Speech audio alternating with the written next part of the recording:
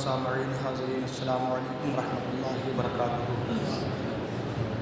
الحمدللہ وکفا سلام علی عبادہ الذین اصطفیٰ، اما بعد فاعوذ باللہ من الشیطان الرجیم بفضلک بسم اللہ الرحمن الرحیم۔ الذین قال لهم الناس ان الناس قد جمعوا لكم فاخشوهم فزادهم ایمانا وقالوا حسبنا اللہ ونعم الوکیل۔ آمنت باللہ صدق اللہ المولانا العلی العظیم وصدق رسولہ النبی الامین المکین المتین المبین الرؤوف الرحیم الکریم۔ درود پاک پڑھیں، اللہم صلی علی سیدنا مولانا محمد المعدن الجود والکرم وآلہ بارک وسلم، صلو علیہ الصلاۃ والسلام علیک یا رسول اللہ صلی اللہ تعالی علیہ وسلم۔ حصول برکت کے لیے منقبت کے 2-3 شعر سماعت کریں۔ شیدا تمہارا ہے، شیدا تمہارا ہے یہ سارا عالم، یا غوث اعظم یا غوث اعظم۔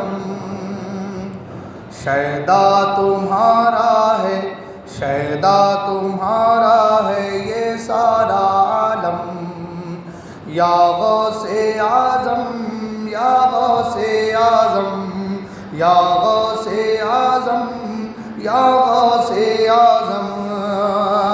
وقت ولادت تھے قرآن کے حافظ، وقت ولادت تھے قرآن کے حافظ، ماں کے شکم میں تھے ماں کے محافظ۔ وقت ولادت قرآن کے حافظ، ماں کے شکم میں تھے ماں کے محافظ۔ تم ہو ولایت کے، تم ہو ولایت کے مینار محکم، یا غوث اعظم یا غوث اعظم، یا غوث اعظم یا غوث اعظم۔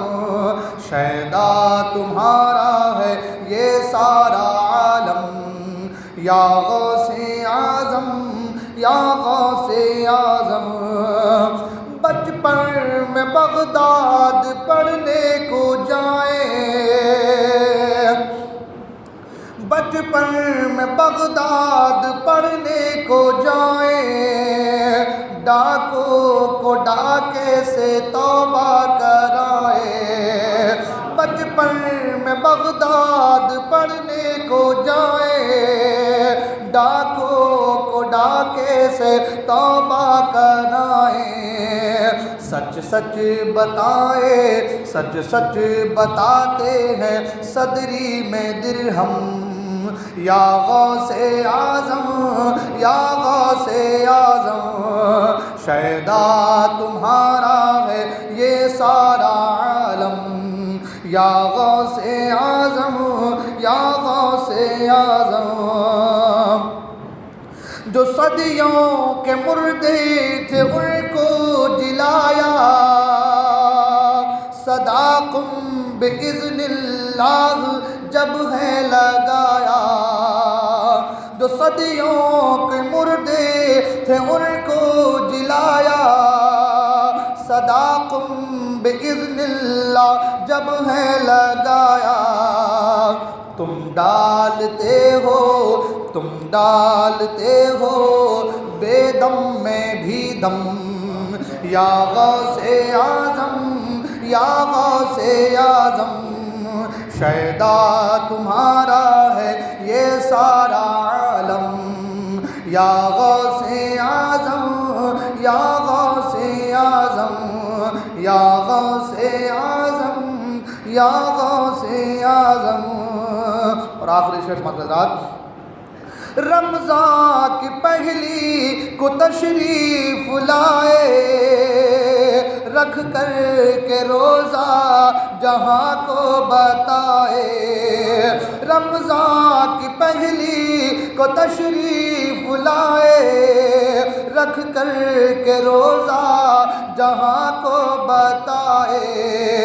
ہے پہلی تاریخ، ہے پہلی تاریخ ماہ مکرم، یا غوث اعظم، یا غوث اعظم، یا غوث اعظم، یا غوث اعظم، شیدا تمہارا ہے یہ سارا عالم، یا غوث اعظم، یا غوث اعظم، یا غوث اعظم، یا غوث اعظم۔ درود پاک پر اللہم صلی علی سیدنا مولانا محمد معدن الجود والکرم وآلہ بارک وسلم، صلو علیہ صلاۃ و سلام علیک یا رسول اللہ صلی اللہ تعالی علیہ وسلم۔ حضرات محترم، قرآن مجید کی جس آیہ مبارکہ کو میں نے تلاوت کرنے کا شرف حاصل کیا ہے، خدائے قدیر و جبار کی بارگاہ میں دعا ہے کہ اللہ تبارک و تعالیٰ اپنے حبیب کے وسیلے سے مجھے حق کہنے، آپ حضرات کو حق سننے اور ہم تمام کو حق پر عمل کرنے کی توفیق عطا فرمائے۔ محترم حضرات، آج قوم مسلم کا سب سے بڑا المیہ یہ ہے کہ آج قوم مسلم ذب و حالی کا شکار ہے۔ آج ہر طرف سے ڈرانے کی، دھمکانے کی، قوم مسلم کے اوپر اپنا رعب و دبدبہ قائم کرنے کی اور قوم مسلم کو اپنے آگے جھکانے کی سازشیں اور کوششیں کی جا رہی ہے۔ اور اگر آج کے حالات کے تناظر میں ہم دیکھیں تو یہ چیزیں ہمیں نظر بھی آ رہی ہیں کہ آج قوم مسلم ڈری اور سہمی ہوئی ہے۔ ہم یہ کہتے نظر آتے ہیں کہ حکومت ان کی ہے، تختہ ان کا ہے، سب کچھ ان کا ہے، ہم بے بس ہیں، لاچار ہیں، ہم کیا کر سکتے ہیں۔ آج کہیں بھی کسی سے بھی آپ گفتگو کریں تو ہمارے ذہن اور ہماری زبان میں بس یہی بات آتی ہے کہ ہم کیا کر سکتے ہیں۔ آج ہم لاچار ہیں، بے بس ہیں، ہمارے پاس کچھ بھی نہیں ہے، ہم کیا کر سکتے ہیں۔ حضرات، ہم جب اپنے ماضی پر غور کرتے ہیں اور اپنے ماضی کے ہمارے اکابرین اور ہمارے جو رہبر، جو مقتدا حضرات گزرے ہیں، جب ان کی زندگیوں کا ہم مطالعہ کرتے ہیں تو ہمیں پتہ چلتا ہے کہ اس زمانے میں ایسا کبھی نہ تھا، نہ ہوا کہ ہماری ماں اور بہنوں کی عزتوں کے ساتھ کھیلا جائے یا ہمیں ستایا جائے، ڈرایا جائے، دھمکایا جائے۔ آقا کریم صلی اللہ تعالی علیہ وسلم نے اسلام کے ماننے والوں کی وہ تربیت کی تھی اور زندگی گزارنے کا ایسا سلیقہ اور ایسا طریقہ آقا کریم صلی اللہ علیہ وسلم نے پیش کیا تھا کہ جس سلیقے اور ضابطے اور تربیت کے مطابق جب انہوں نے زندگی گزاری ہے تو جہاں بھی گئے، جدھر سے بھی گئے، ہر جگہ، ہر علاقہ فتح ہوتا نظر آیا ہے۔ سرکار عبد قرار صلی اللہ علیہ وسلم کی تربیت ہی کا نتیجہ تھا کہ کربلا کی سرزمین پر امام حسین رضی اللہ تعالی عنہ، جو کہ سرکار کی تربیت یافتہ ہیں، 72 نفوس قدسیہ کو لے کر کے گئے ہیں، مگر 22,000 کے سامنے بھی اپنے گھٹنے نہ ٹیکے۔ 22,000 کے سامنے بھی یہ نہیں کہا کہ میں لاچار ہوں، میں بے بس ہوں، میں مجبور ہوں، بے سہارا ہوں۔ تمہارے پاس تیر ہیں، تلوار ہیں، ہتھیار ہیں، سارا کا سارا کچھ ہے، تمہارے پاس تازہ دم لشکر ہے، میرے پاس کیا ہے؟ بچے ہیں، بھوکے ہیں، عورتیں ہیں، دودھ خشک ہو چکے ہیں، بوڑھے لوگ ہیں، نہ ہتھیار ہے، نہ تیر ہے، نہ تلوار ہے، میں کیا کر سکتا ہوں؟ ایسا امام حسین نے نہیں کہا، بلکہ 72 نے کربلا میں وہ تاریخ رقم کی ہے کہ آج تک اور صبح قیامت تک اس تاریخ کو یاد کیا جائے گا، صبح قیامت تک اس تاریخ کو یاد کیا جائے گا۔ آپ صحابہ اکرام کی زندگی کا مطالعہ کریں۔ بدر کے میدان میں اسلام کی سب سے پہلی عظیم جنگ ہوئی ہے جسے جنگ بدر کہا گیا ہے۔ جنگ بدر میں 313 کے مقابلے میں ہزاروں آئے تھے، مگر 313 نے ان ہزاروں کو دھول چٹایا تھا اور 70 کفار جو ہے قتل ہوئے تھے، اور 70 کو میرے آقا نے اس کے سپاہیوں نے گرفتار کیا تھا۔ اللہ اکبر۔ پھر اس کے بعد جب احد کے میدان میں جنگ لڑی گئی تو شروعاتی پہلو میں مسلمان غالب نظر آئے، مگر مسلمانوں کی کچھ غلطی کی وجہ سے پھر سے کفاروں کا حملہ ہوا مسلمانوں پر، مگر اللہ کے رسول صلی اللہ علیہ وسلم کی جرت اور سرکار عبد قرار صلی اللہ علیہ وسلم کی حمایت اور نصرت اور اللہ کی مدد نے مسلمانوں کو ان پر غلبہ عطا فرمایا۔ مسلمان غالب ہوئے اور اس جگہ پر تھوڑی سی غلطی کی وجہ سے 70 مسلمان شہید ہوئے۔ ابو سفیان جو کہ اس وقت ایمان نہیں لائے تھے، کفاروں کی قیادت کر رہے تھے، انہوں نے اس وقت کہا تھا یا محمد صلی اللہ تعالی علیہ وسلم، بدر میں جنگ ہوئی تو آپ کے ساتھیوں نے ہمارے 70 لوگوں کو قتل کیا، 70 کو گرفتار کیا، آج ہم نے آپ کے 70 لوگوں کو شہید کیا ہے مگر 70 کو گرفتار نہ کر سکے، اس کا خمیازہ، اس کا بدلہ ہمیں ضرور چاہیے، اور جائیں آپ بھی 1 سال تک مشق کریں، جنگ کی تیاری کریں، اور ہم بھی 1 سال تک جنگ کی تیاری کرتے ہیں، اگلے سال فلاں تاریخ کو آپ کا اور ہمارا مقابلہ پھر سے میدان بدر میں ہوگا، ہم اس کا بدلہ، وہ جو آپ ہمارے 70 لوگوں کو جو ہے گرفتار کیے تھے ان کا بدلہ ہم 1 سال کے بعد بدر کے میدان میں لیں گے اور آپ کو بتائیں گے کہ ہم کیا ہیں، ہمارا رعب و دبدبا کیا ہے۔ میرے آقا نے فرمایا تھا انشاءاللہ ہم بدر کے میدان میں ضرور 1 سال کے بعد حاضر ہوں گے۔ اللہ اکبر۔ اب وہ لوگ جو پہلے سے سپر پاور ہیں، وہ لوگ جو پہلے سے طاقتور ہیں، وہ لوگ جن کے پاس پہلے ہی سے اسلحہ موجود ہے، سارا سامان موجود ہے، کھانے پینے کے سامان موجود ہے، قوت و طاقت موجود ہے، لشکر و سپاہ موجود ہے، وہ 1 سال تک مشق کر رہے ہیں، جنگ کی تیاری کر رہے ہیں۔ اب آپ مجھے بتاؤ کہ وہ جنگ کتنی عظیم جنگ ہونے والی ہے۔ ادھر آقا کریم صلی اللہ علیہ وسلم کے ساتھی بھی مشق کر رہے ہیں، مگر عالم یہ ہے یہاں پر کھانے کو کھانا نہیں ہے، یہاں پر جو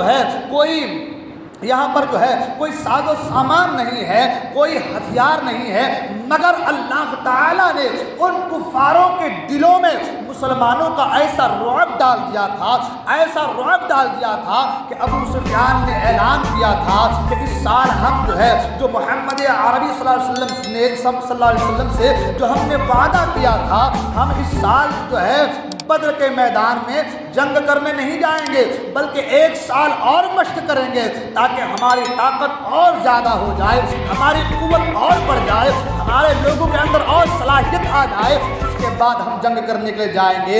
مگر دل میں خیال یہ آیا تھا کہ اگر ہم بدر کے میدان میں نہیں گئے تو مسلمانوں کا رعب و دبدبا کفاروں پر اور بڑھ جائے گا، تو ایک شخص کو بھیجا اور کہا کہ جاؤ اور جا کر کے مدینے میں جاؤ اور جا کر کے دیکھنا کہ مسلمان تیاریاں کیا کر رہے ہیں، مسلمان کام کیا کر رہے ہیں، اور جانے کے بعد مسلمانوں کو بتانا کہ مکے کے اندر جو کفار قریش ہیں ان کے پاس اتنے اسلحے ہیں، ان کے پاس اتنے ساز و سامان ہے، ان کے پاس اتنی طاقت ہے، ان کے پاس اتنی قوت ہے، اور جا کر کے ایسا بیان کرنا تاکہ ان کے دلوں میں کفاروں کا رعب بیٹھ جائے، ان کے دلوں میں کفاروں کا ڈر بیٹھ جائے۔ آج کے حالات میں اگر ہم دیکھیں تو میڈیا یہی کام مسلمانوں کے ساتھ کر رہی ہے، مسلمانوں کو ڈرانے کے لیے، مسلمانوں کے اوپر اپنا رعب ڈالنے کے لیے ہم مسلمانوں کی باتوں کو چھپا کر کے غیروں کی باتوں کو آج منظر عام بنایا جا رہا ہے۔ کہیں مسلمان کو ذرا سی تکلیف ہو اس بات کو پہلے پھیلایا جاتا ہے، کسی مسلمان کو مارا جا رہا ہے اس کو پہلے پھیلایا جا رہا ہے، لیکن کہیں پر اگر کچھ ایسی باتیں ہو رہی ہے اس کو چھپا دیا جا رہا ہے، مسلمانوں پر ستم ہو رہا ہے اس کو چھپا دیا جا رہا ہے، اپنے ساتھ کوئی بھی تکلیف ہو چھوٹی سی چھوٹی اس کو منظر عام پہ لایا جا رہا ہے تاکہ مسلمانوں کی پکڑ ہو، مسلمانوں کی گرفت ہو، مسلمانوں کو جیل میں ڈالا جائے، مسلمانوں کو زد و کوب کیا جائے۔ یہ باتیں کہنے کی نہیں ہے۔ اگر آپ اخبار پڑھتے ہیں، اگر آپ جو ہے خبریں سنتے ہیں تو آپ کو معلوم چلے گا ایک چھوٹی سی غلطی کی بنا پر آج مسلمانوں کو 10 سال تک قید میں سڑنا پڑ رہا ہے، مگر کوئی دوسرا ہے جو کتنی بڑی بڑی باتیں کہہ جا رہا ہے مگر اس کے ساتھ کوئی ایسی بات نہیں ہوتی۔ آج وہ کام جو کفار مکہ نے اس وقت کیا تھا، آج وہی کام آج کی میڈیا اور آج کے اخبار کے لوگ کرتے نظر آ رہے ہیں۔ مگر میں آپ کو بتانا چاہتا ہوں جب وہی انسان مدینے کی سرزمین پر آیا تھا اور لوگوں سے کہتا پھر رہا تھا کفار کے پاس اتنے اسلحہ ہیں، کفار کے پاس اتنی طاقت ہے، مکے والوں کے پاس اتنا سرمایہ ہے، وہ اتنے طاقتور، وہ اتنے پاورفل لوگ ہیں، جب ان کے رعب کو مسلمانوں کے اندر ڈالا جا رہا تھا تو اللہ تعالیٰ قرآن مجید میں ارشاد فرماتا ہے الذین قال لهم الناس ان الناس قد جمعوا لكم فاخشوهم فزادهم ایمانا۔ جب وہ لوگ مسلمانوں کے دلوں میں کفار کا خوف ڈالنے کی کوشش کر رہے تھے تو اللہ فرما رہا تھا تم ان سے ڈرنا نہیں، ان کے خوف کو اپنے سینے میں جگہ دینا نہیں، اگر ڈرنا تو خدائے وحدہ لا شریک سے ڈرنا، اگر خوف اپنے دل میں بسانا تو خدا کا خوف بسانا۔ تاریخ یہ بتاتی ہے جب ایسی باتیں کفار قریش جا کر کے مدینے کے لوگوں کے اندر پھیلانے لگے، اللہ اکبر، میرے آقا کریم صلی اللہ علیہ وسلم کھڑے ہوئے اور ارشاد فرمایا میرے آقا نے کہ بدر کے میدان میں کوئی جائے یا نہ جائے، میں اکیلا ان کفاروں سے لڑنے کے لیے میدان بدر میں جاؤں گا۔ اللہ اکبر، جب آقا کریم صلی اللہ علیہ وسلم نے یہ جملہ کہا تھا، قرآن تو یہی کہتا ہے نا لقد کان لکم فی رسول اللہ اسوۃ حسنہ، نبی کی زندگی، رسول کی زندگی میں تمہارے بہترین نمونہ ہے۔ تم اپنی زندگی کو، نبی کی زندگی کو دیکھ کر کے گزارنے کی کوشش کرو۔ جب سارے کے سارے لوگوں کے دلوں میں خوف و ہراس ڈالنے کی کوشش کی گئی، جب سب کے دلوں میں کفاروں کے روب کو بٹھانے کی کوشش کی گئی، اس وقت میں میرے آقا نے کہا تھا کوئی جائے یا نہ جائے، میں اکیلا میدان بدر میں ان کفاروں سے لڑنے کے لیے جاؤں گا۔ تو تاریخ بتاتی ہے تمام صحابہ کرام کے دلوں میں ایک ایسا جوش پیدا ہو گیا، ایک ایسا انقلاب پیدا ہو گیا، سب تلوار لے کر کے کھڑے ہو گئے اور کہا یا رسول اللہ صلی اللہ تعالی علیہ وسلم، ہم ہر لمحہ آپ کے ساتھ ہیں، ہم ہر لمحہ آپ کے ساتھ ہیں، ہم آپ کے نام پر، آپ کے رب کے نام پر اپنا سب کچھ قربان کرنے کو تیار ہے، یہاں تک کہ اپنی جان کا نذرانہ بھی قربان کرنے کو تیار ہے۔ جب صحابہ نے یہ کہا تھا تو اللہ تعالیٰ کو صحابہ کی یہی محبت، یہی ادا اتنی پسند آئی کہ اللہ نے قرآن میں کہا محمد الرسول اللہ والذین معہ اشداء علی الکفار رحماء بینہم، محمد صلی اللہ علیہ وسلم اللہ کے رسول ہیں، والذین معہ، جو ان کے ساتھی ہیں، اشداء علی الکفار، یہ کفاروں پر بھاری ہے، یہ کفاروں سے نبرد آزما ہے، یہ کفاروں سے لڑنے کو تیار ہے۔ اللہ اکبر، آقا کریم صلی اللہ علیہ وسلم نے کہا کہ کوئی جائے یا نہ جائے، میں اکیلا میدان بدر میں جانے کو تیار ہوں۔ تو تاریخ بتاتی ہے تمام صحابہ تیار ہو گئے، میرے آقا اللہ کے رسول صلی اللہ تعالی علیہ وسلم نے 70 صحابہ کو لیا، صرف 70 صحابہ کو لے کر کے میدان بدر میں ان کفاروں سے جو لاکھوں کے ہزاروں کے برابر تھے، ان کفاروں سے لڑنے کے لیے 70 صحابہ کو لے کر کے میرے آقا جو ہے بدر کے میدان میں پہنچتے ہیں۔ قرآن کہتا ہے الذین قال لهم الناس ان الناس قد جمعوا لكم فاخشوهم فزادهم ایمانا، تم ان سے ڈرنا نہیں، ان سے خوف کھانا نہیں۔ جب آقا کریم صلی اللہ علیہ وسلم کے ساتھ وہ صحابہ گئے تو قرآن کہتا ہے فزادهم ایمانا، اللہ نے ان لوگوں کے رعب کو، ان لوگوں کے ڈر کو جب صحابہ نے اپنے اندر نہ جگہ دی تو اللہ نے کہا فزادهم ایمانا، اللہ نے اس کے ایمان کو، ان لوگوں کے ایمان کو اور بڑھا دیا، اور زیادہ کر دیا، مزید ایمان کا جذبہ اور ان لوگوں کے سینے میں عطا کر دیا۔ قرآن کہتا ہے فزادہم ایمانا، اللہ نے ان کے ایمان کو اور بڑھا دیا۔ 8 دن تک میرے آقا میدان بدر میں رہے، مگر کفاروں کے دلوں میں ایسا رعب، ایسا دبدبا مسلمانوں کا پڑا تھا کہ وہ لوگ میدان بدر میں نہیں آئے۔ اللہ اکبر۔ اور یہاں پر آقا کریم صلی اللہ علیہ وسلم کے ساتھ صحابہ اکرام نے خرید و فروخت بھی کی، تجارت بھی کی، اور اللہ نے خوب منافع عطا فرمایا۔ اللہ فرماتا فانقلبوا بنعمت من اللہ وفضل ورضوانا، کہ جب یہ لوگ تجارت کیے تو اللہ تعالیٰ نے اپنی نعمت سے ان کو نوازا، اور ان لوگوں نے اللہ کی رضا اور اللہ کی خوشنودی کو پا لیا، یعنی ان کی اس محبت سے اللہ بھی راضی ہو گیا۔ اللہ اکبر۔ میں پوچھنا چاہتا ہوں، آگے اللہ ارشاد فرماتا ہے انما ذالکم الشیطان یخوف اولیاءہ فلا تخافوہم۔ اللہ فرماتا ہے اے لوگو، ان شیطان کے ساتھیوں سے، ان شیطان کے حواریوں سے، ان شیطان کے دوستوں سے تمہیں ڈرنے کی ضرورت نہیں ہے۔ فلا تخاف وخافونی، اگر تمہیں ڈرنا ہے تو مجھ سے ڈرو، اگر تمہیں خوف کھانی ہے تو مجھ سے کھاؤ، اگر تمہیں خوف کو بسانی ہے تو میرے خوف اپنے دل میں بساؤ۔ جب تم میرے خوف کو اپنے سینے میں جگہ دو گے، اپنے سینے بساؤ گے، ساری دنیا سے بے نیاز کر دیا جاؤ گے، ساری دنیا سے بے نیاز کر دیا جاؤ گے۔ میں پوچھنا چاہتا ہوں آج وجہ کیا ہے؟ ہم ہر جگہ پر یہی شور و گل سنتے نظر آ رہے ہیں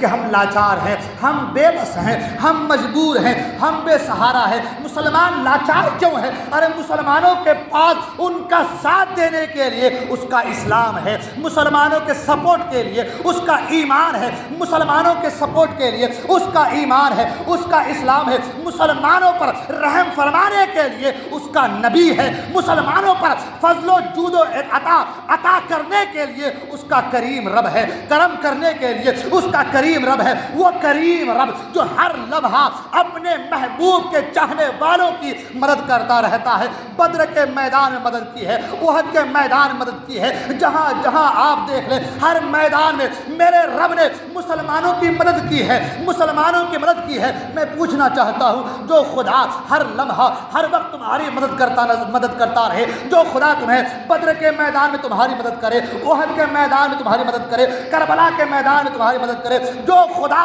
تمہاری مدد کرتا ہے اس خدا سے خوف کھاؤ، اس خدا کے خوف سینے بساؤ، اس کی محبت کو سینے میں جگہ دو، تم ساری دنیا سے بے نیاز کرتے جاؤ گے، ساری دنیا تمہارے سامنے سر رگون ہوتی نظر آئے گی۔ یہ نہ کہو کہ ہم لاچار ہیں، یہ نہ کہو کہ ہم بے سہارا ہیں، ہم یہ نہ کہو کہ ہم جو ہے بے سہارا ہیں، ہمارا کوئی نہیں ہے۔ ارے ہمارا تو ساری کائنات کا پالنے والا وہ خدا ہے، وہ خدا خود کہہ رہا ہے وَمَن يَتَوَكَّلْ عَلَى اللَّهِ فَهُوَ حَسْبُهُ، جو اللہ پر توکل کرتا ہے، جو اللہ پر یقین کرتا ہے، جو اللہ پر بھروسہ کرتا ہے، اللہ کہتا ہے اس کا خدا اس کے لیے کافی ہے، اسے کسی دوسرے کی ضرورت نہیں ہے، اسے کسی دوسرے کی حمایت کی ضرورت نہیں ہے۔ میں پوچھنا چاہتا ہوں جب خدا کا یہ فرمان ہے تمہارا رب تمہارے لیے کافی ہے، تمہارا رب تمہارے لیے کافی ہے، بس کرنا یہ ہے تمہیں اپنے رب پر بھروسہ کرنی ہے، تمہیں اپنے رب پر یقین رکھنا ہے، تمہیں یقین پیدا کرنی ہے کہ مارنے والی ذات بھی خدا کی ذات ہے اور زندگی عطا کرنے والی ذات بھی خدا کی ذات ہے۔ اگر وہ بچانا چاہے تو کوئی مار نہیں سکتا، اور وہ مارنا چاہے تو کوئی بچا نہیں سکتا۔ کیا تم نے نہیں پڑھا فرعون کے دربار میں موسیٰ کی پرورش ہوئی ہے؟ تم نے نہیں دیکھا نمرود کے زمانے میں ابراہیم کی پرورش ہوئی ہے؟ کیا تم نے نہیں دیکھا آقا کریم صلی اللہ علیہ وسلم کی پوری زندگی کا آپ مطالعہ اور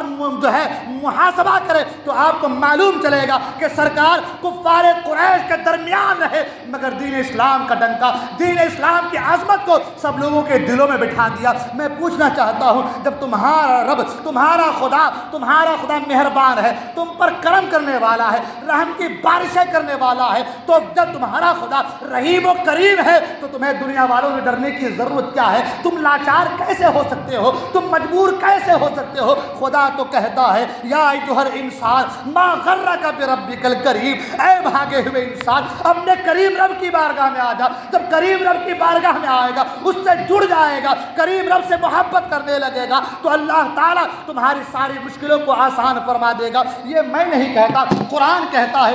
اللہ تعالیٰ ارشاد فرماتا ہے وعد اللہ الذین آمنوا منکم وعملوا الصالحات، جو ایمان لائے وعملوا الصالحات، اور اچھا عمل کیا، اللہ فرماتا وعد اللہ، اس سے اللہ کا وعدہ ہے کہ لَأَسْتَخْلِفَنَّهُمْ كَمَا اسْتَخْلَفَ الَّذِينَ مِن قَبْلِهِمْ، اس سے اللہ کا وعدہ ہے کہ اللہ تعالیٰ انہیں تخت و تاج عطا کرے گا، سر بلندی عطا کرے گا، سلطنتیں عطا کرے گا. کس کے لیے اللہ کا وعدہ ہے؟ کس کے لیے اللہ کا وعدہ ہے؟ جو ایمان والا ہے، نیک عمل کرتا ہے، اس سے اللہ کا وعدہ ہے. مجھے بتاؤ کہ اللہ کا وعدہ جھوٹا ہو سکتا ہے؟ کیا اللہ کا وعدے کے اندر کھوٹ کمی ہو سکتی ہے؟ نہیں نا. اللہ قرآن میں کہتا ہے وعد اللہ الذین آمنوا منکم وعملوا الصالحات لَيَسْتَخْلِفَنَّهُمْ. بس تمہیں کرنا یہ ہے، ایمان لے کر کے آؤ، ایمان لے کر کے آؤ، اچھے اعمال کرو.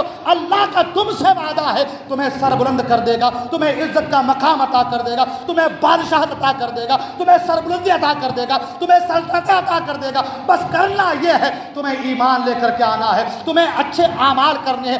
آج اگر ہم یہ کہہ رہے ہیں کہ ہم ذب و حالی کا شکار ہے، آج اگر ہم یہ کہہ رہے ہیں کہ ہمارے پاس کچھ نہیں ہے، ہم بے بس ہیں، ہم لاچار ہیں، یہ کہنا غلط ہے. اللہ کا وعدہ ہے تمہارے ساتھ. اللہ نے وعدہ مومنوں سے کیا ہے، ایمان والوں سے کیا ہے، اعمال کرنے والوں سے کیا ہے، اچھے اعمال کرنے والوں سے کیا ہے. اور یہ خدا کا وعدہ ہے، انسان کا وعدہ نہیں، عام لوگوں کا وعدہ نہیں جو ٹوٹ جائے، جس میں کمی بیشی ہو، جس میں آگے پیچھے ہو. خدا کا وعدہ ہے. سب کچھ جھوٹا ہو سکتا ہے، خدا کا وعدہ جھوٹا نہیں ہو سکتا. خدا کا وعدہ جھوٹا نہیں ہو سکتا. اس رب کا وعدہ اے قوم مومن تمہارے لیے ہے، اے قوم مسلم تمہارے لیے ہے. بس تمہیں کرنا یہ ہے، اپنے ایمان کو مضبوط کرنا ہے، اپنے اعمال کا محاسبہ کرنا ہے، اپنے اعمال کا جائزہ لینا ہے. جس دن تمہارا ایمان مستحکم ہو جائے گا، تمہارے اعمال اچھے ہو جائیں گے. میں نہیں کہتا، خدا کا قرآن کہتا ہے. تم جدھر سے گزر جاؤ گے پوری دنیا تمہارے سامنے گردنیں جھکاتی نظر آئے گی. کیا تم نے یرموک کی تاریخ کو نہیں پڑھا؟ یرموک کے جنگ کا واقعہ کیا تم نے نہیں پڑھا؟ حضرت خالد بن ولید رضی اللہ تعالیٰ عنہ ہے، اور ایک طرف اس جو ہے جنگ کے مسلمانوں کے سپہ سالار حضرت ابو عبیدہ بن الجراح رضی اللہ تعالیٰ عنہ ہے. ایک طرف عیسائیوں کا 10 لاکھ کا لشکر ہے، اور ایک طرف مسلمانوں کی فوج صرف 30,000 ہے. اللہ اکبر. حضرت ابو عبیدہ بن الجراح رضی اللہ تعالیٰ عنہ اس جنگ کے سپہ سالار ہے. سوچنے میں لگ گئے کریں تو کیا کریں. ادھر جو ہے عیسائی خوشی منا رہے ہیں اور کہے دیکھو ہم 10 لاکھ ہے اور یہ جو ہے 30,000 ہے، کیا کریں گے ہمارے ساتھ. عیسائیوں نے کہا ہم 60,000 کے لشکر کو بھیجتے ہیں، یہ 60,000 اس 30,000 پر بھاری ہو جائیں گے. حضرت ابو عبیدہ بن الجراح رضی اللہ تعالیٰ عنہ نے 30,000 کے لشکر کو کہا آگے بڑھو اور ان عیسائیوں سے لڑنے کو تیار ہو جاؤ. حضرت خالد بن ولید رضی اللہ عنہ کھڑے ہو گئے اور کہا کہ حضور اگر اجازت دیں تو میں ایک مشورہ دینا چاہتا ہوں. آپ اس جنگ کے سپہ سالار ہیں، اگر اجازت دیں تو میں ایک مشورہ دینا چاہتا ہوں. حضرت ابو عبیدہ بن الجراح نے کہا ہاں بولو کیا مشورہ دینا چاہتے ہو. حضرت خالد بن ولید کہتے ہیں کہ حضور ان 60,000 کے لیے خالد بن ولید اکیلا کافی ہے، آپ مجھے اکیلے بھیج دیں، ان 60,000 کو کاٹ کر کے رکھ دوں گا. اللہ اکبر. حضرت ابو عبیدہ بن الجراح کہتے ہیں کون سی بات کرتے ہو، کیا میں تمہیں خودکشی کے لیے بھیج دوں؟ اسلام میں خودکشی حرام ہے، میں تجھے کیسے بھیج دوں؟ 60,000 کے لیے تم اکیلے جاؤ، ایسا نہیں ہو سکتا. حضرت خالد بن ولید نے کہا تھا اگر ایسا نہیں ہو سکتا تو آپ ایسا کریں کہ میرے ساتھ جو ہے 30 آدمی کو بھیج دیں، میرے ساتھ 30 آدمی کو بھیج دیں، ہم 30 جائیں گے اور ان 60,000 پر بھاری ہو جائیں گے. اللہ اکبر. حضرت خالد بن ولید نے کہا نہیں ایسا بھی نہیں ہو سکتا. حضرت ابو عبیدہ بن الجراح نے کہا نہیں ایسا بھی نہیں ہو سکتا. حضرت خالد بن ولید رضی اللہ تعالیٰ نے فرمایا اگر ایسا نہیں ہو سکتا تو بس آخری بات میری یہ ہے کہ میرے ساتھ ان 60 آدمی کو اور دے دیں، مجھے ملا کر کے 60 ہو جائیں گے، ہم 60 ان 60,000 پر بھاری ہو جائیں گے. اللہ اکبر. تاریخ بتاتی ہے حضرت ابو عبیدہ بن الجراح رضی اللہ تعالیٰ جو جنگ کے سپہ سالار تھے ان 60 کو روانہ فرمایا ہے. صبح سے لے کر شام تک جنگ ہوتی رہی. 5000 عیسائی کو کاٹ کاٹ کر کے مولی اور گاجروں کے طرح پورے میدان میں بکھیر دیا گیا تھا. جب شام ہوئی تھی اللہ کی طرف سے ایسا رعب ان کفاروں کے دلوں میں اللہ نے ڈالا تھا, ایسی آواز آئی تھی, سب کے سب بھاگ گئے تھے, سب کے پاؤں اکھڑ گئے تھے اور مسلمانوں کو فتح یابی ہوئی تھی. میں پوچھنا چاہتا ہوں میرے دوست, وہ ایک تنہا اگر 60,000 سے لڑنے کو تیار تھا, کچھ تو بات ہوگی یار, ان کے سینوں میں کچھ تو ایسی بات ہوگی. آج تم کروڑوں ہو کر کے تم کہتے ہو ہم لاچار ہیں, ہم مجبور ہیں, ہم ستائے جا رہے ہیں. وجہ کیا ہے؟ وجہ یہ ہے ان کا ایمان مضبوط تھا, وجہ یہ ہے ان کا ایمان مستحکم تھا, وجہ یہ ہے ان کو صرف ڈر تھا تو خدا کا ڈر تھا. ان کے دلوں میں کسی کا خوف نہیں تھا, کسی کا ڈر نہیں تھا. وہ تلواروں سے نہیں ڈرتے تھے, وہ تیروں سے نہیں ڈرتے تھے, وہ بھالوں سے نہیں ڈرتے تھے, وہ ریاکاری نہیں کرتے تھے, وہ دکھاوا نہیں کرتے تھے. اگر وہ ڈرتے تھے خدائے قدیر و جبار سے ڈرتے تھے, اس خدائے وحدہ لا شریک سے ڈرتے تھے. اب آپ پوچھیں گے مولانا صاحب یہ ڈر خوف خدا, اللہ کا ڈر ہمارے دلوں میں پیدا کیسے ہوگا؟ تو میں کہوں گا ہمارے دلوں میں اللہ کا خوف اللہ کی بارگاہ میں سر کو جھکانے سے پیدا ہوگا, نماز لے آنے سے پیدا ہوگا. اللہ اکبر. آج ہمارے 17 سال کے نوجوان کو آپ دیکھ لیں, 18 سال کے نوجوانوں کو آپ دیکھ لیں, بازاروں میں گھومتے نظر آ رہے ہیں. 100 گانے اسے یاد ہوں گے. آپ دیکھ لیں ان کو تو ان کو سارے گانے یاد ہوں گے. کون سے ایکٹر کے نام پوچھیں, اس ایکٹر کی زندگی کیا ہے, اس کے حالات کیا ہے, وہ پیدا کہاں ہوئی, کتنی شادیاں ہوئی, اسے سب معلوم ہوگا. کون کرکٹر اپنی پوری زندگی میں کب ڈیبیو کیا تھا, کتنے رن بنایا تھا, کتنے سکس مارے ہیں, کتنے فور مارے ہیں, وہ سب نوجوان کو پتا ہے. مگر ہمارے اسلاف کی زندگی کا ہمارے نوجوانوں کو خبر نہیں ہے کہ عشرہ مبشرہ میں وہ 10 صحابی کون سے تھے, اصحاب صفہ کہتے کسے ہیں, عمر فاروق اعظم کس دور میں پیدا, کس سن میں پیدا ہوئے تھے, عثمان غنی کی سن کیا ہے, آپ کی وصال کی تاریخ کیا ہے, سرکار بغداد کی وصال کی تاریخ کیا ہے. آج ہمارے نوجوانوں کو پتہ نہیں. 17 18 سال بلکہ 20 22 سال کا نوجوان ہے, گٹکا کھا کر کے تھوکنے سے فرصت نہیں, گٹکا کھا کر کے تھوکنے سے فرصت نہیں ہے, نمازوں کو چھوڑ کر کے عیاشوں کے اڈے کو آباد کرنے سے فرصت نہیں ہے, زناکاریوں کے مناظر کو موبائلوں میں دیکھنے میں فرصت نہیں ہے. اور آپ نمازوں کے بلائے تو مسکرا کر دانت دکھا دیتے ہیں.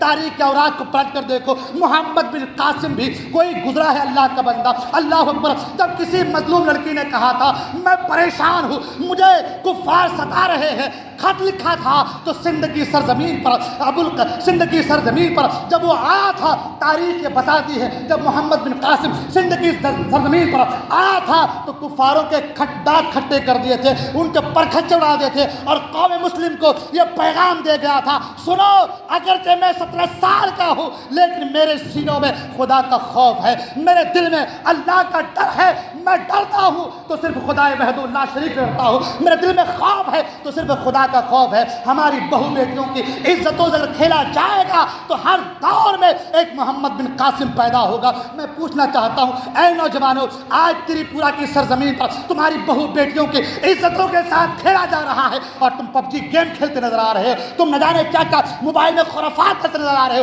یہ بات بولنے کی نہیں ہے, میں صرف بول رہا ہوں, اپنے دل میں بسانے کی ہے. جانا اور جا کر کے گھر میں اندھیری کوٹری میں جا کر کے اپنی زندگی کا محاسبہ کرنا. کیا تو صرف اس لیے پیدا کیا گیا ہے کہ تو جو ہے ننگی فوٹو دیکھے, ننگی تصویریں دیکھے, تم اس لیے پیدا کیا گئے ہو کہ تم صرف غلط مناظر دیکھو, عیاشوں کے جوؤں کے اڈوں کو آباد کرو, کہ تمہاری زندگی کا یہی مطلب ہے؟ اگر یہی مطلب ہے تو تم در در کی ٹھوکریں کھاتے پھرو گے. اگر یہی تمہاری زندگی کا مقصد ہے تو تم پریشان ہوتے نظر آؤ گے. اگر تمہاری زندگی کا یہی طرز عمل رہا تو تم پھر جو ہے جوتوں کے نوک پر اڑا دیے جاؤ گے. لیکن ہاں, اگر تم نے اپنے ایمان کا جائزہ لیا, اپنے ایمان کا محاسبہ کیا, اپنے اعمال کو بہتر بنانے کی کوشش کی, تو خدا کی قسم یہ میں نہیں کہتا, میرے رب کا فرمان کہتا ہے, میرے رب کا قرآن کہتا ہے, وعد اللہ الذین آمنوا منکم وعملوا الصالحات, جو اچھے عمل کرتا ہے, ایمان لاتا ہے, اس سے اللہ کا وعدہ ہے اللہ اسے سربلند کر دے گا, اللہ اسے عزت کا مقام عطا کر دے گا. دوسری جگہ اللہ ارشاد فرماتا ہے ولا تہنوا ولا تحزنوا وانتم الاعلون ان کنتم مؤمنین, تم ہی غالب رہو گے, تم ہی سربلند رہو گے, تم ہی کامیاب رہو گے اگر تم پکے مومن مومن بن جاؤ، اگر تم پکے مسلمان بن جاؤ۔ آج وجہ کیا ہے کہ ہم ستائے جا رہے ہیں، وجہ کیا ہے ہم مارے جا رہے ہیں، وجہ کیا ہے ہمیں ڈرایا جا رہا ہے، وجہ کیا ہے ہمیں دھمکایا جا رہا ہے؟ ایک ہی وجہ ہے، ہمارے ایمان کی کمزوری ہے، ہمارے ایمان میں کمی ہے۔ آج یہ باتیں بولی جاتی ہیں تو نوجوان کہتا ہے کہ 1:30 بجے تقریر ختم ہوگی، 1:45 بجے تقریر ختم ہوگی تو ہم آئیں گے، اس کے بعد ہم 2 سجدے کر لیں گے، ہم چلے جائیں گے۔ میں پوچھنا چاہتا ہوں، میں چلا جاؤں گا، کوئی دوسرا آئے گا، کوئی دوسرا چلا جائے گا، تیسرا آئے گا، صبح قیامت تک اللہ کی مسجدیں آباد رہیں گی، اس لیے کہ یہ اللہ کا گھر ہے اور اللہ اپنے گھر کو آباد رکھتا ہے۔ انما یعمر مساجد اللہ من آمن باللہ والیوم الآخر، بے شک اللہ کی مسجدوں کو اللہ والے ہی آباد کرتے ہیں، اللہ کے نیک بندے ہی آباد کرتے ہیں۔ ان کی مسجدیں، اس کا گھر جو ہے ویران نہیں ہو سکتا، مسجدیں آباد رہیں گی۔ لیکن تم اگر اپنے اعمال کا محاسبہ نہ کیا، اپنے اعمال کا جائزہ نہ لیا، اپنی زندگی کو بدلنے کی کوشش نہ کی تو سنو، تم اس طریقے سے مٹا دیے جاؤ گے کہ صفحہ ہستی میں تمہارا نام تک موجود نہ ہوگا۔ وہ کسی شاعر نے کہا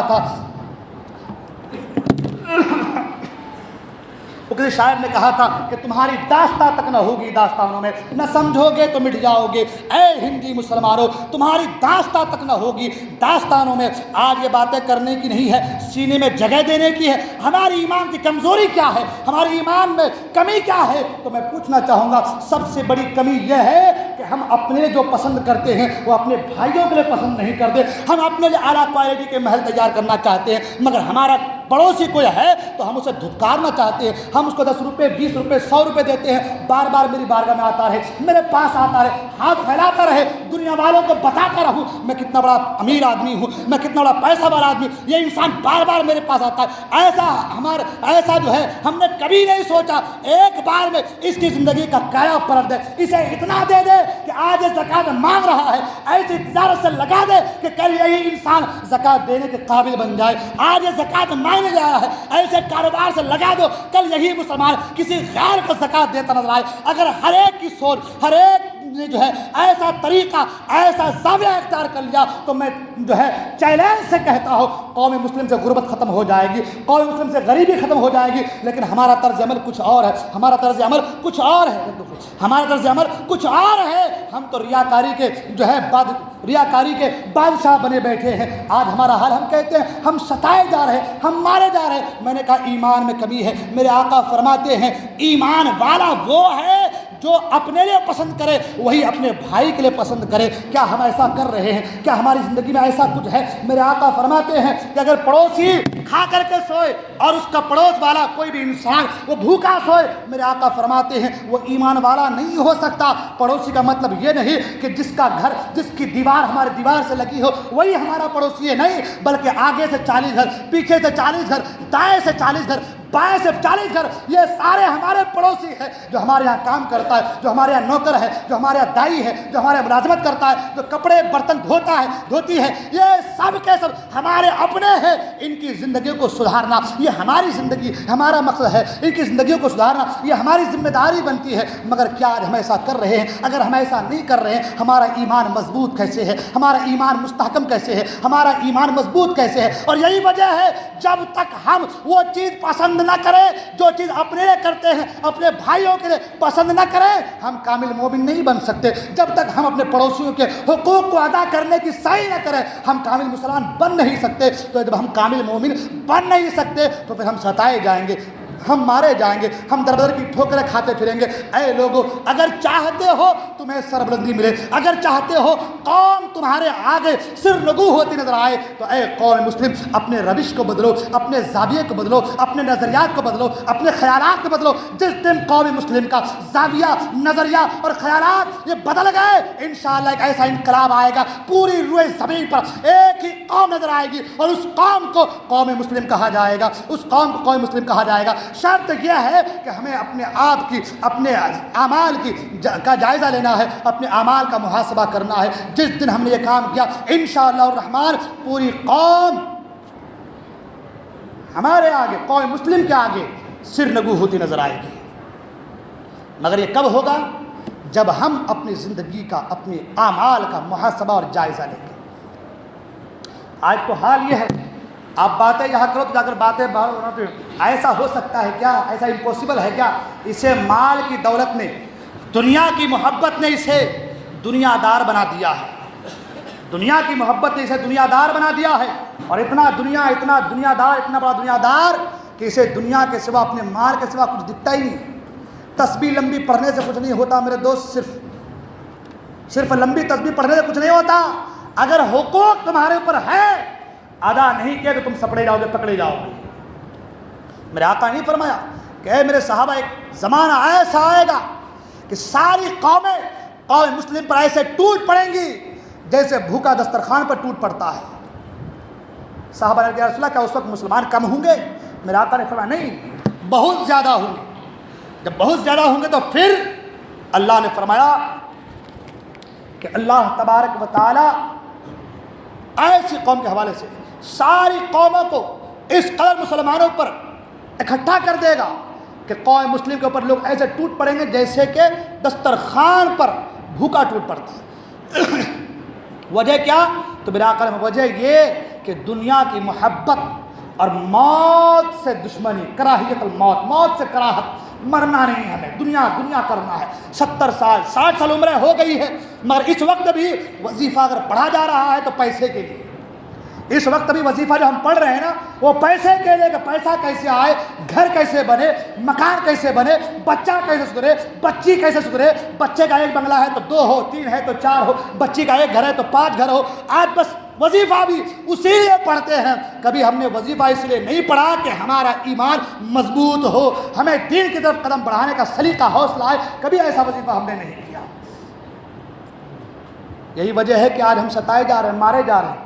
کہنے کو تو بہت ساری باتیں ہیں، ہمارے نوجوان خاص کر کے اللہ رحم کرے دکانوں پر بیٹھے ہیں، مگر اتنی نفرت ہو گئی ہے مسجدوں سے، ان کو نفرت ہی کہیں گے، کیا کہیں گے؟ وہاں بیٹھے بلاؤ تو بھی آنے کو تیار نہیں، بلاؤ تو بھی دانت دکھائے کہ ہاں بس تمہارا دانت دکھانے سے ہو جائے گا، تمہاری زندگی اچھی ہو جائے گی۔ ہاں، کس سوچ میں ڈوبے ہو؟ کیا سوچ کر کے آئے ہو کہ کوئی فرشتہ آئے گا اور آنے کے بعد جو ہے میرا بنگلہ بنا دے گا، میرا گھر بنا دے گا، مجھے گناہوں سے پاک کر دے گا؟ ایسا کیا سوچ رہے ہو؟ میرے دوست، زندگی کا کوئی بھروسہ نہیں۔ جوانی پہ ناز نہ کرو، اتراؤ نہیں۔ چاروں طرف سے ہم گھرے ہوئے ہیں۔ قوم مسلم کی گردن پر لٹکتی تلوار، آج سے 19 سال 20 سال پہلے میں نے یہ کتاب پڑھی تھی، آج وہ کتاب پوری کی پوری قوم مسلم کو بالکل چسپا کر دیا گیا ہے، چسپا ویسا سیم ٹو سیم ویسا ہو رہا ہے۔ چاروں طرف سے ہم گھرے ہوئے ہیں، تلواروں کے زد میں ہیں۔ آج کیا کیا خرافات ہمارے نبی کی شان میں ہو رہی ہے، ہم کچھ بول پا رہے ہیں؟ بس یہیں پہ سارا کچھ جو کر اپنے گھر پہ بیٹھ کے بات 2-4 باتیں کر دی، باتوں والی مشین بن گئے ہم لوگ، باتیں کر دی، ہو گیا۔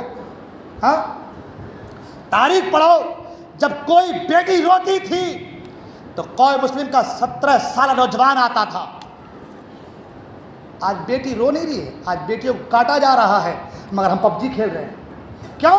ہماری غیرت مر گئی ہے، ہماری غیرت مر گئی ہے۔ سلطان صلاح الدین ایوبی کی غیرت زندہ تھی، انہوں نے اسلام کے لیے کام کیا۔ ہاں، محمد بن قاسم کی غیرت زندہ تھی، انہوں نے کہا بھی تھا کہ جب تک مسلمانوں کے اندر غیرت رہے گی، ان کی بہن بیٹیوں کے ساتھ برا سلوک نہیں کیا جا سکتا۔ آج ہماری غیرتیں مر گئی ہے۔ آپ نماز کے لیے کہو، روزے کے لیے کہو، مسجد میں آنے کے لیے کہو، مگر ہنس دیتے ہیں، بے شرم بن کر کے بیٹھے رہتے ہیں۔ بے شرمی اگر تم کرو گے تو تمہاری جو عزت ہے اس عزت کے ساتھ کھیلا جائے گا، تمہاری عزتوں کے ساتھ کھیلا جائے گا۔ اگر تمہیں اپنی عزتوں کو برقرار رکھنی ہے، وہ پہلے ایک زمانہ تھا کہ غیرت کے لوگ جان دے دیتے تھے، جان لے بھی لیتے تھے اور جان دے بھی دیتے تھے غیرت کی خاطر۔ آج ہماری غیرت ایسی مر گئی ہے، مجروح ہو گئی ہے، غیرت ہماری لٹ رہی ہے، عزتیں لٹ رہی ہے، مگر ہم PUBG میں مصروف ہیں۔